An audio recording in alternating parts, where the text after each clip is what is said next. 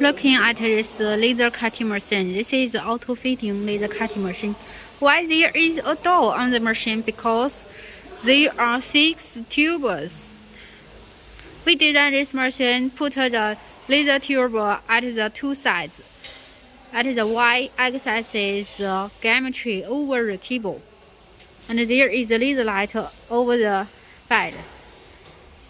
The sixth height is automatic adjust the distance.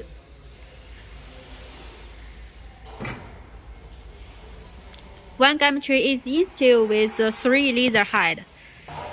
And here is the buttons for controlling.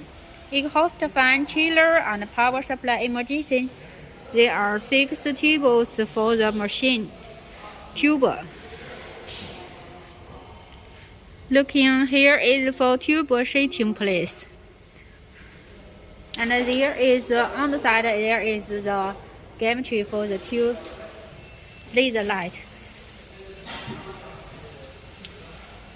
On the machine bed there is the cabinet, laser source, power supply, and the auto feeding table. Welcome to consult. We can customize the machine working size and the laser head accordingly to your requirement.